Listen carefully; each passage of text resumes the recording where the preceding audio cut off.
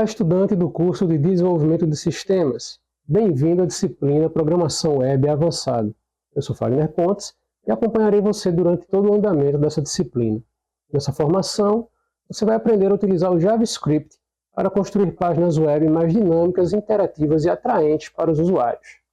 Muito bem, vamos então ao conteúdo da primeira videoaula.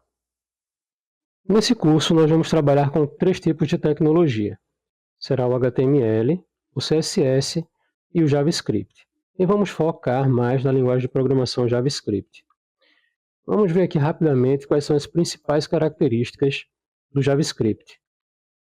Bem, o JavaScript é uma linguagem multiparadigma. Isso quer dizer que ela permite tanto programação procedural quanto programação orientada a objeto. No JavaScript, as funções são objetos. Então você pode declarar uma variável e atribuir seu valor como sendo uma função, ou mesmo passar funções como parâmetros para as outras funções. Ela possui uma tipagem dinâmica. Isso quer dizer que você não precisa determinar o tipo de dado ao declarar uma variável. Esse tipo é determinado automaticamente pela linguagem. Ela é uma linguagem interpretada, isso quer dizer que ela é não compilada. Ela precisa de um ambiente que vai fazer a interpretação desses códigos e retornar o resultado para o usuário. No nosso caso, esse ambiente será o navegador. E é uma linguagem case sensitive. Isso quer dizer que ela faz distinção entre letras maiúsculas e minúsculas. Nós vamos precisar aqui de um editor de código, um editor de texto, para trabalhar nesse curso. Aqui tem algumas sugestões, o VS Code, o Notepad++ e o NetBeans, mas você pode utilizar qualquer outro editor de sua preferência. Eu vou estar usando aqui o VS Code, que é o editor da Microsoft. Ok, eu vou começar mostrando como é que a gente cria os arquivos HTML, CSS e JavaScript e vamos utilizar durante o andamento do curso. Existem 2 formas que vamos utilizar para criar esses arquivos. Uma diretamente no diretório e outra através do editor. Então você vai escolher aí o diretório onde você quer salvar os seus arquivos. E antes de criar os arquivos, é importante você verificar se a opção exibir extensão do arquivo está marcado aí no seu sistema. Se você tiver no Windows 11, fica aqui no menu Visualizar, Mostrar extensões de nomes de arquivos. Certifique-se de que essa opção está marcada. Se você estiver usando o Windows 10, ele fica no menu Exibir, numa aba aqui da sua pasta. Agora, nós vamos criar um novo arquivo de texto, renomeá-lo, vou botar aqui o nome de index, e modificar sua extensão para HTML. Dessa forma, eu crio um arquivo do tipo HTML. Eu vou fazer o mesmo processo para criar um arquivo CSS e um arquivo JavaScript. Vou criar um novo arquivo de texto, vou colocar o estilo,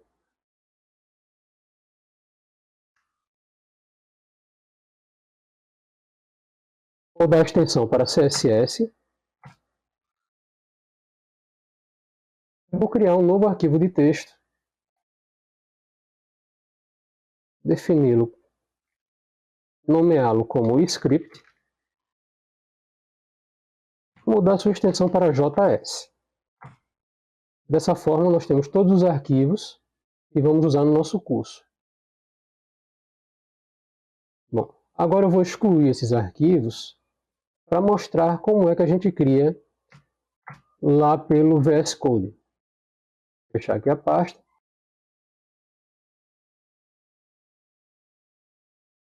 Aqui no VS Code, nós vamos em pastas e vamos abrir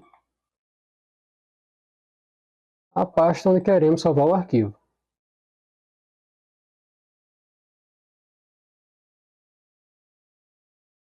Com a pasta aberta, nós vamos aqui na opção da pasta e aqui nós criamos os arquivos. Novo arquivo, index.html,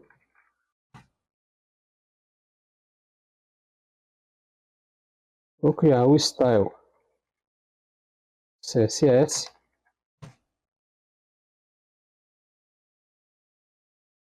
E vou criar o script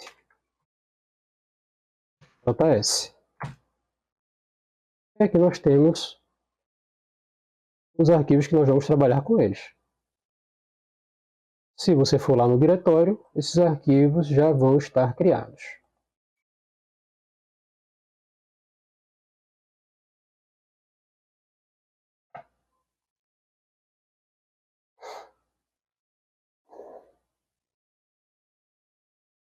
Vamos então criar a primeira página HTML. Essa página terá um botão que, ao ser pressionado, vai executar uma função JavaScript que apresentará uma janela de diálogo com alguma mensagem. Aqui no VS Code, eu tenho um atalho para as instruções básicas HTML, que é exclamação mais Enter.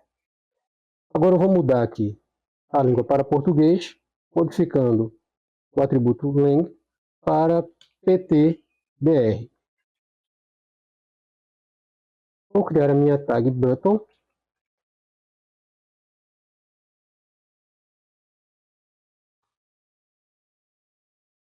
E receberá o atributo onClick. Esse atributo terá como parâmetro a função exibir mensagem. Toda função em JavaScript termina com parênteses, que pode ou não ter um parâmetro dentro dela. Agora eu vou escrever o código JavaScript dentro da tag script. E receberá o atributo type, sendo do tipo text JavaScript. Aqui dentro eu vou criar a minha função exibir mensagem.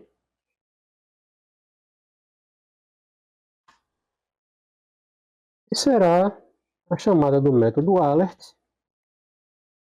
que receberá como parâmetro minha mensagem.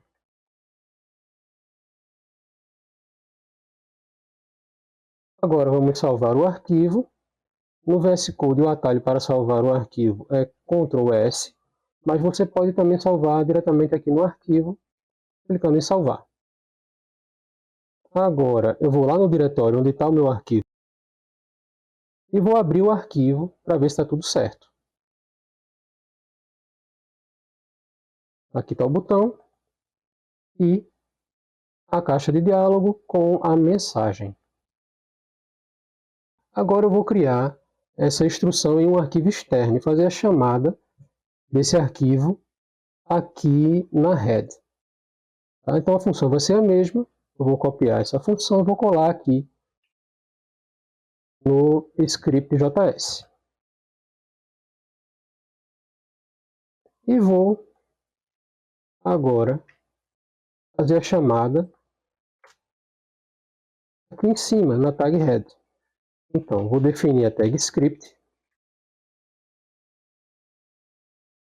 que terá o atributo src com o nome do meu arquivo JavaScript, que é script.js. Ele também será do tipo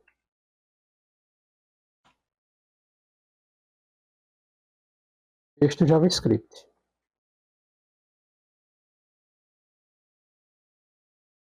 Aqui eu só passei o nome do arquivo porque eles estão no mesmo diretório. Se eles estivessem em outro diretório, eu teria que passar o endereço completo. Tá? Vou salvar ambos os arquivos e vou atualizar minha página. Vou apertar em exibir e exibir mensagem. Ok, minha mensagem apareceu. Eu quero mostrar para vocês aqui que o local onde você faz a chamada do script influencia no seu código. Se eu botar alguma coisa aqui do tipo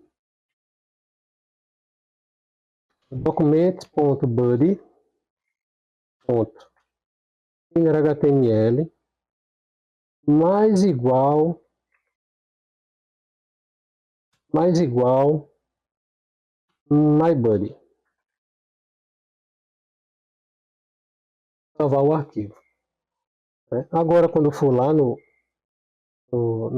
na página HTML, se eu atualizar, não aconteceu nada. Isso acontece porque o script está sendo chamado antes da Buddy. Então, ele está tentando achar alguma coisa que não foi definida. Se eu colocar esse script aqui dentro da Buddy e atualizar minha página, perceba que apareceu agora a minha instrução do MyBuddy.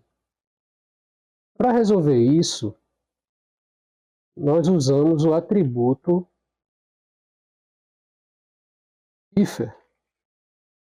Esse atributo differ faz com que o arquivo JavaScript só seja lido após o carregamento completo do HTML.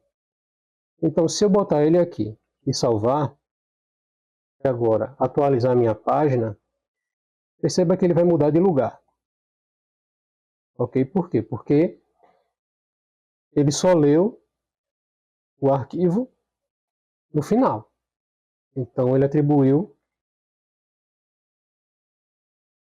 o inner HTML após o botão. Certo?